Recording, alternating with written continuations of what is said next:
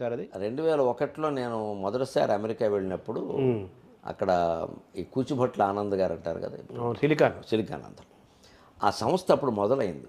అది సిలికాన్ ఆంధ్ర అనే సంస్థని నా చేతులతో దీపం పెట్టి మొదలు పెట్టారు. నాకు అది గొప్ప అదృష్టం అని చెప్పాలి. వాళ్ళు ఎప్పటికే అంటారు పాపం మీ చేతితో దీపం పెట్టారు.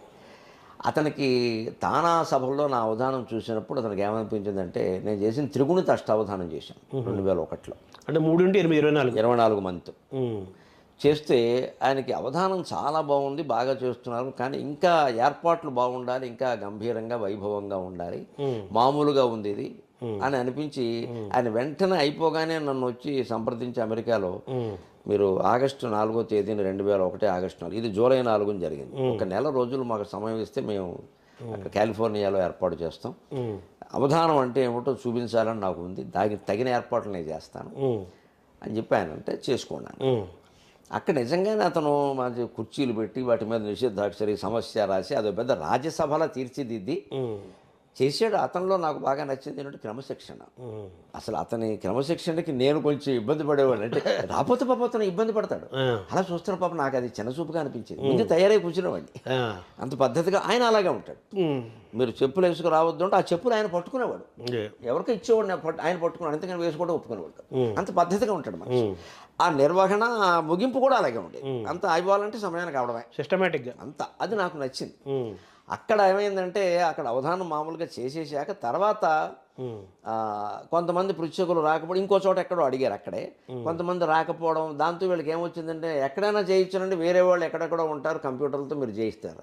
నాకు అది ఏమిటో తెలియదు, మొత్తం మీద చేయండి, దానికి ఏమిటి ఓసారి చేస్తే అలవాటు అవుతుంది అంతే చేస్తే మన చోట కూర్చోబెట్టి 8 మందిని 8 చోట్ల పెట్టారు. ఆ దేశంలో కొందరు ఉన్నారు, మన ఇండియాలో కొందరు ఉన్నారు.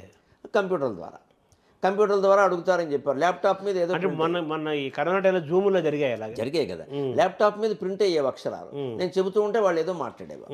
ఆ రకంగా టెక్నాలజీ ఉపయోగించి చేసాం. చివరి ధారణ మాత్రం ఉండాలని చెప్పాను నేను, మీరు ఇది ఏదో చేసి మానేది అబ్బాయి అది ఉంటుందని అది కూడా చేసాం. అలాగ చేయడంతో ఆ ధైర్యం కూడా వచ్చింది, మనం యంత్రాల సహాయంతో కూడా చేయొచ్చు.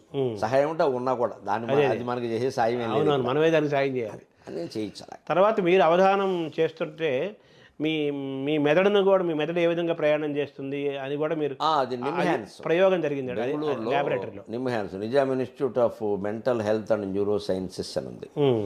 టి రామకృష్ణ గారని మంచి తత్వవేత్త, ఆయన అరవింద సిద్ధాంతాల మీద చాలా కృషి చేశారు. సావిత్రి అని తెలుగులో రాశారు. ఆయనకి ఆసక్తి కలిగి ఆయన మేధా పరీక్ష అవధానం అని పెట్టాను, దానికి నేనే పేరు, వాళ్ళు ఏదో అంటారు మీరు పెట్టుకున్న పేరు అది, మేధా పరీక్ష ఏదో ఓ పేరు ఉండాలి, మేధా పరీక్ష అవధానం. అందరూ పృచ్ఛకులు ఉంటారు, అవధాని ఉంటాడు, ప్రేక్షకులు ఉంటారు. ప్రయోగశాలలో కూర్చోబెట్టి మొత్తం ఒంటి నిండా వైర్లు పెట్టేశారు. ఇంకా ఒక 10 రోగాలు వచ్చిన వాడికి కూడా ఆయన టెస్ట్ చేయరు, మొత్తం ఒంటి నిండా తీగలే. ఇక్కడ కదిలితే షాక్ కొడుతుందేమో అన్నట్టుగా ఉండేది. ఇక్కడోటి ఇక్కడోటి ఇక్కడోటి. మనం చూడండి మాస్టర్ చెకప్ చేసినప్పుడు ఒంటి నిండా జిగురుగా పెట్టేస్తుంటారు, ఏదో ఈసీజీ అలా పెట్టేశారు. మొత్తం పెట్టేసి ఇలా కూర్చోబెట్టారు. ఈ పృచ్ఛకులు ఎలా ఉన్నారు, వాళ్ళు ప్రశ్నలు అడుగుతుంటే ఈ మనిషి కదలకుండా ఇలా జవాబు చెప్పాలి. చెబుతుంటే ఎప్పుడెప్పుడు మెదడు ఎలా స్పందిస్తుంది అనే దాని మీద చేశారు. ఫైనల్గా ఏం తేల్చారు వాళ్ళు? అది మాత్రం సరదాగా నవ్వుకునే విషయం. నాకు 10 పేజీల రిపోర్ట్ ఇచ్చారు. దాని సారాంశం ఏంటంటే something is there we cannot identify. వాళ్ళు కనిపెట్టలేకపోయారు అంతే కదా. అందలేదు, అది వాళ్ళు చేసే ప్రయత్నం వాళ్ళు బాగానే చేశారు, అది ఏమిటో మాకు అందడం లేదండి, కానీ విచిత్రాలు జరుగుతున్నాయి అన్నారు. అదే కదా అమ్మవారు అన్నారు. అది ప్రతిభ, అది అందేది కాదు. అది అంటే మనిషి యొక్క మేధ, మనిషి యొక్క శక్తి కంప్యూటర్కి అందదని దాని అర్థమే కదా. అందదనే అర్థమే.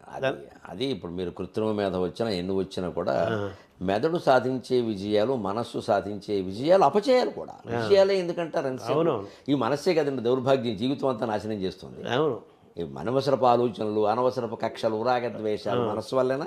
అవును. మరి నిజంగా యంత్రం అయిపోతే బాగుండి ఇవేం లేకుండా ఉండనిపిస్తుంది. అవును, మనకి మనిషి బాగుపడడానికి మనసే రక్ష నరప్రపంచం అనుకుని మాయాబ్దిని ఇంకింపగన్, సాగర ఘోషలో రాసింది.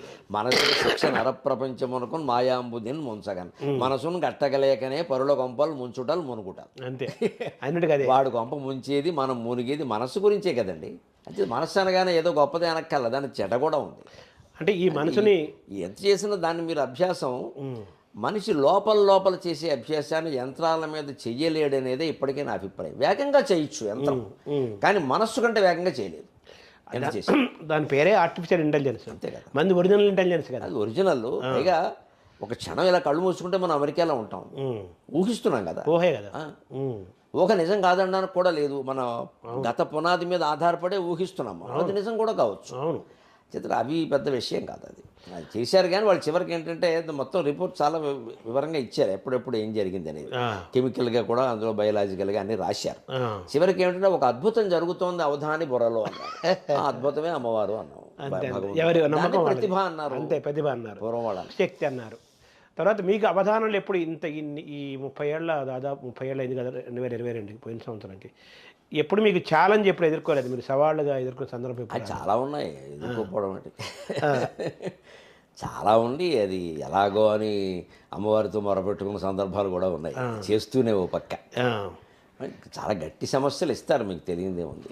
అవి మనం పైగా నాకు చమత్కారం అనే ఒక పేరు పొట్టించిన తర్వాత నేను దాన్ని చమత్కారంగానే పూర్తి చేయాలి.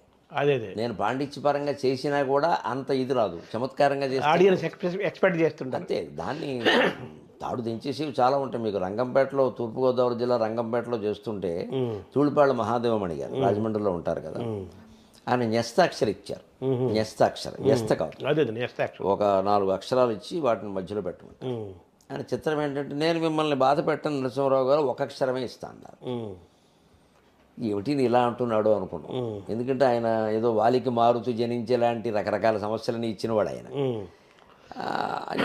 ఈయన ఏమనంటే, మొదటి అక్షరం దోహో, మిగిలిన పద్యం మీ ఇష్టం అని. కొంప ముంచేసే వ్యవహారం అది. అదే మొదటి అక్షరం దోహో, దో రాసి విసర్గలు, మిగిలింది పద్యం అన్నాడు. దోహ మీ ఇష్టం అన్నాడు. అంటే చూసేవాళ్ళకి ఒక అక్షరమే ఇచ్చాడు, తేలిగ్గా వదిలేశాడు అనిపిస్తుంది, కానీ వాస్తవం 12 అక్షరాలు ఇచ్చాడు ఆయన. ఆ అక్షరం అది పాండిత్యం అంటే. ఇది అంటే పుచ్చకుడు ఉంటే అవధానం చేయడం కష్టం. అది ఎదుర్కొన్నారు మీరు? ఎదుర్కొన్నాను రంగంపేటలో. దోహ అంటే అర్థం ఏంటి? బాహువులు, దౌర్వీర్యం అంటాం కదా, బాగానే ఉంది. తర్వాత విసర్గలు ఉండడం వల్ల ఏమైందంటే, విసర్గలు అలాగే ఉండాలి, ప్రాశస్థానం అది. అవును, 4 పాదాల్లోనే విసర్గలు రావాలి. అంటే 4 అక్షరాలు పెట్టేసినట్టే. ప్లస్ 4 పాదాల్లో విసర్గలు వస్తే తర్వాత కాక్కపాపాలే వస్తాయి, ఉపధ్మానీయ సంధి. కాక్కపాపాలే వస్తాయి, విసర్గలు అలాగే ఉండాలి అంటే కాక్కపాపాలు ఉండాలి, లేకపోతే ఇంకోటి ఉంటే కుదరదాక. ఇంకో సకారం ఉందనుకోండి, దోస్సారములు సంధి అయిపోతుంది, విసర్గలు ఉండవు. విసర్గలు ఉండాలి అంటే కాక్కపాపాయే ఉండాలి. అంటే ఆ 4 కూడా పెట్టేసినట్టే, 4, 4, 8. ప్లస్ దోహి ఇచ్చాడు అంటే రెండో పాదం, మొదటి పాదం యతి, అది శార్దూలం, 13 అక్షరం దీనికి సమానమైందే ఉండాలి. రెండోది కూడా విసర్గలతో ఉండాలి, దానికి సమానమైంది ఉండాలి. అంటే 3, 4, 12 అక్షరాలు పెట్టాడు. జస్తాక్షరం పెట్టేది 4 అక్షరాలే. అయ్యి బాబు మీరు చాలా కొట్టించారండి అన్నారు. మరి బాబు మీరు తట్టుకుంటారు కాబట్టి కొట్టామన్నాడు. మీ మీద నమ్మకం ఆయన ఇప్పుడు కాశీభట్ల వారు, మణిగారు, దీక్షితుడు గారు మహానుభావుడు, స్వర్గస్థులు అయ్యాడు. ఇంకొక ఆయన విశ్వనాథన్ సత్యనారాయణమూర్తి గారిని టెలిఫోన్స్లో పనిచేసి, వీళ్ళు నలుగురు నన్ను చతుర్వేదాల్లో కాపాడారు. పరీక్ష గట్టిగానే పెట్టేవారు. పెట్టడం వల్లే రాటు తేలాం. కాకినాడలో తట్టుకుంటే ప్రపంచంలో ఎక్కడైనా తట్టుకోవచ్చు నేను ఎప్పటికంటాను. అంటే పండితులు ఎక్కువ ఉన్న ప్లేస్ అంటారా? పండితులు ఎక్కువ ఉండడం ఒకటి, గట్టిగా నిలబెడతారు. ఉండడం ఎక్కువ రాజమండ్రిలోనూ ఉన్నారు, కానీ గట్టిగా నిలబెడతారు. పైగా నిలబెట్టడంలో ప్రేమ ఉంటుంది. పండితులు ఇబ్బంది పెట్టాలని కాదు, కొన్ని చోట్ల నిలబెట్టడంలో వీడు ఓడిపోతే బాగుండనే ఉద్దేశంతో ఉంటారు కొంతమంది, అంతర్ని అందంగా ఉంటారు కొందరు. కాకినాడలో పండితులకు ఆ బుద్ధి లేదు, వాళ్ళ ప్రేమ. అదే ఎవరికి ఇస్తాం, గరికపాటికి ఇవ్వకపోతే చేస్తాడు అని అనుకునేవారు. చేసిన తర్వాత అందుకే ఇచ్చామయ్యా ఏమనుకోగానేవారు. ఇంటికి పిలిచి భోజనం పెట్టేవారు. నిజంగా అది తల్లిదండ్రులు ఆ ప్రేమ చూపించేవాళ్ళు. అంటే మీలోని పాండిత్యాన్ని అంతా. ఇప్పుడు ఇది ఉంది, దోహ అనేది ఉంది. ఆయన ఏమిచ్చాడు, విషయం ఏమిచ్చాడు, ఆయన అవధానం చేయడం ఎంత కష్టమో చెప్పమన్నాడు. ఇదే పెద్ద కష్టం అసలు. ముందు ఈ పని కష్టం కదా. దోహ్ కార్యం ఇది కాదు గెలుచుటకు, వాస్తోష్పత్యముల్ కావలని రావాల్సిందే ఖచ్చితంగా. దోహ్కార్యం ఇది కాదు గెలుచుటకు, వాస్తోష్పత్యముల్ కావలని, ఈ కేలిన్ గెలువంగ నిల్చుటకు, ఫిక్సింగుల్ ధరంజెల్లునే. గీ కేళిన్ గెలిపించి నిల్చుటకు, ఫిక్సింగుల్ ధరంజెల్లునే. మ్యాచ్ ఫిక్సింగ్ క్రికెట్లో జరిగిన రోజులు అప్పుడు అది మీకు ఉపయోగపడింది అది. అది ఉపయోగపడింది. అలా ఫిక్సింగ్ చేసి గెలవలేమని. ఈ కేళిన్ గెలిపించి నిల్చుటకు ఫిక్సింగుల్ ధరంజల్లునే పూకాంతారము వెన్నెలల్ గురియగా పూకాంతారము వెన్నెలల్ గురియగా పూర్ణంబుగాదా సురాపక్కంజంబులు పద్య సంతతులు సురాపక్కంజంబులు పద్య సంతతులు సంపాదింతుమా డబ్బుతో. అద్భుతం అది. ఆ 4 చోట్ల విసర్గలు రావాలి, 4 చోట్ల కాకాపాపాలే రావాలి, వేరేది రాకూడదు. దాన్ని బట్టి యతిస్థానం కుదరాలి, చెప్పిన విషయం సరిపోవాలి. దోక్కార్యం ఇది కాదు, ఏం కుస్తీ పడ్డమా కాదు. వాస్తోష్పత్యములు కావాలి. వాస్తోష్పతి అంటే బృహస్పతి. బృహస్పతి అంత తెలుగు ఉంటే అవధానం చేసి ముందు వాస్తోష్పతి గీష్పతి నిర్ధర నా గురు దిశ నా గురు తోసద్దు. అమర కోసం చదవకపోతే రాదు ఇది.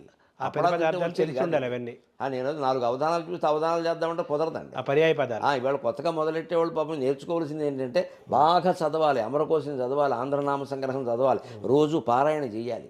ఆ రోజుల్లో నాకు ఇప్పుడు ఇంకా మర్చిపోయాను కానీ 1500 శ్లోకాలు అమరకోశం నోటి మీద ఉండేది. అలా అభ్యాసం చేశాను. ఓవరాల్గా మీకు ఆ పద్యం ద్వారా మీలోని పాండిత్యాన్ని, అలాగే మీలోని ఛందస్సు యొక్క పరిజ్ఞానాన్ని, తర్వాత సమయస్ఫూర్తిని, అప్పటికప్పుడు వేగంగా చెప్పే ఆసు ప్రజ్ఞని, వీటన్నిటి కూడా ఒక గొప్ప ఉదాహరణగా చెప్పచ్చు ఆ పద్యాన్ని. అలాగా ప్రాణాలు తోడేసిన పద్యాలు చాలా ఉన్నాయి. ఇంచుమించు ప్రతి అవధానంలో ఒకటి ఉంటుందండి. సమస్య దత్తపదో నిషిద్ధాక్షరం ఏదో ఒకటి తోడేసే విధంగానే ఉంటుంది. దాన్ని తట్టుకోగలిగాం కాబట్టే చేయగలిగాం. కానీ మీరు అవధానాలు చూసినప్పుడు ఆడియన్స్ ప్రేక్షకులకి అవేం కనిపించదు మీ మొహంలో. నేను ఎందుకు చేస్తానంటే ఆ మాయ అది విష్ణు మాయ. నేనేం చేస్తాను, నాకు మళ్ళీ ప్రేక్షకులు కూడా ఆందోళన చెందితే వాళ్ళు పృచ్ఛకులను చెప్పిస్తారు. నా మీద అంత ప్రేమ వాళ్ళకి. వీళ్ళందరినీ పిలిపించారు అనవసరంగా గురువు గారిని ఇబ్బంది పెడతారు. ప్రేమ ముఖ్యంగా మహిళలు వస్తారు, వాళ్ళు నన్ను బిడ్డలాగే చూసి. అదే అప్పుడు ఇంకా చిన్న వయసు కదా, ఆయన ఏదో చేస్తుంటే వీళ్ళేంటి ఇక్కడ అంత చిన్న మామూలుగా అడగచ్చు కదా, అలా కళ తల అడగచ్చు కదా అని వాళ్ళు. అందుకని నేను ఆందోళన చెందకుండా మధ్యలో జోకులు వేసేసేవాడిని. అప్రస్తుత ప్రసంగం, పైగా అప్రస్తుత ప్రసంగం చలోక్తుల వల్ల ఉపయోగం ఏంటంటే వెంటనే మనం కూడా నవ్వుతాం, మనస్సు వికసిస్తుంది. అప్పుడు ఈ వాస్తోస్పర్శము కాంతారం లాంటి మాటలు తోస్తాయి.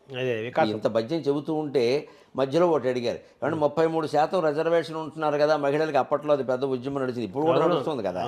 మహిళలకి 33% రిజర్వేషన్ అంటున్నారు కదండి, కొంపదీసిగా మంగళసూత్రాలు వాళ్ళు కట్టించుకోరా అండి, మనకే కట్టేస్తారేమో అన్నాడు. నేను వెంటనే అన్న, అది మంచిదే కదయ్యా, ఎప్పుడైనా అవసరమైతే తాకట్టు పెట్టుకుందుకు వాళ్ళని అడగక్కర్లేదు, మనమే అమ్మేయచ్చు అన్నాను.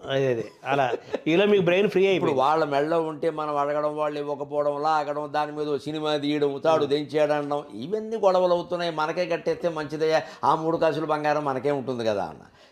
ఇలాంటి చలోక్తి విసిరాం అనుకోండి, వెంటనే జనం నవ్వుతారు, మనము నవ్వుతాం. నవ్వినప్పుడు ఎప్పుడు మెదడు వికసిస్తుందండి. తర్వాత ఆలోచన అద్భుతంగా గీ కేళింగెలువంగా అని వచ్చేస్తుందండి. ఆ మనస్సు ఎప్పుడు మంచి ఆలోచన రావాలి అంటే వికసించడానికి సిద్ధంగా ఉండాలి. సూర్యకిరణాలు పడగానే పద్మాల్లాగా. ఇందాక మీరు ఒక మాట చెప్పారు కదా సార్, మామూలుగా ఈ మనసు అనేది కోతి లాంటిది, అనేక రకాలుగా ఆలోచిస్తుంటుంది, విధానంగా ఉంటుంది. వాటిని కంట్రోల్ చేసుకోవడం అనేది కొంతమంది చేసుకుంటారు, కొంతమంది చేసుకోలేకపోతారు. కానీ మీకు ఈ ధారణ ప్రాక్టీస్ చేయటము, ఈ అవధాన సాధనలో మీకు వచ్చే ఆలోచనలు కూడా మీరు కంట్రోల్ చేసుకోవడం అనేది కూడా జరిగినట్టే కదా? జరుగుతుంది ఖచ్చితంగా. నాకు అవధానాల్లో గొప్ప అనుభవం ఏంటంటే, అవధాన వేదిక ఎక్కే ముందు నేను భయంకరమైన నా మనస్సు తట్టుకోలేని దుర్వార్తలు విన్న సందర్భాలు కనీసం 5-6 ఉన్నాయి. 5-6 అది అలా పెట్టేసి నేను అవధానం చేశాను, అలా వదిలేసి మళ్ళీ కిందికి దిగ్గానే ఆ దుఃఖం కమ్మేసేది, అది వేరే విషయం. కానీ అక్కడ మాత్రం ఆ 2 గంటలు అష్టావధానం కానీ 2 రోజులు శతావధానం కానీ అది ఆగలేదు. అప్పుడు నాకు ఏ నమ్మకం కలిగిందంటే భగవంతుడు మనం ఇందుకోసం పుట్టించాడు, లేకపోతే ఇది ఎందుకు ఆగట్లేదు.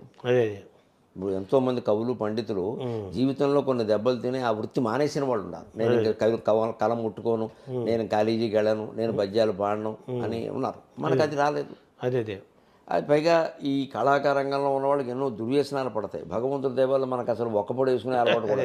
అవును, ఇదంతా భగవద్ అనుగ్రహం కాకపోతే అంటే ఈ అవధానం గ్రహించుకోవడం, అంటే అవధానం కోసం చేసిన సాధనని, మానసికమైన సాధనని మీరు మీ జీవితానికి కూడా అన్వయం చేసుకున్నారు. పూర్తిగా అంతే కదా, పూర్తిగా ఆత్మవిశ్వాసాన్ని ఇప్పుడు పెంచుకోవడం. ఇది ఈ ఆలోచన ఇక్కడ పెట్టేసి ఇప్పుడు ఇది కాదండి, మీకు దుఃఖం అంటారు మీరు, ఓ గొప్ప బిరుదు ఏదో మనకి రావచ్చు, ఎవడో ఓ ₹1,00,000 ఇవ్వచ్చు, ఆ రోజుల్లో చాలా ఎక్కువ కదా అది. అవును. అది కూడా నాకు మనసులో ఉండేది కాదు. 1,00,000 ఇచ్చాడు కదా అన్న గర్వం అవధాన వేదిక మీద కనపడేది కాదు. 1,00,000 ఇవ్వడం ముఖ్యం కాదు, ఇంటికి వెళ్ళాక లెక్కెట్టుకోవచ్చు, ఇక్కడ భజన చెప్పడం ముఖ్యం. ఇది దెబ్బతింది అనుకో, 1,00,000 పుచ్చుకున్న ఆనందం మనకేమో ఉండదుగా. అంటే ఇది ఇప్పుడు ఆ వర్తమానం మీదే దృష్టి పెట్టడం అనేది ఉంది. నేను చదివిన ఫిలాసఫీ గ్రంథాల వల్ల నాకు వచ్చింది. అది మీకు అది ఉపయోగపడుతుంది. ఇప్పుడు అంతే, ఇప్పుడు అది అవధానం చేయగలిగే వర్తమానం మీద దృష్టి పెట్టడం.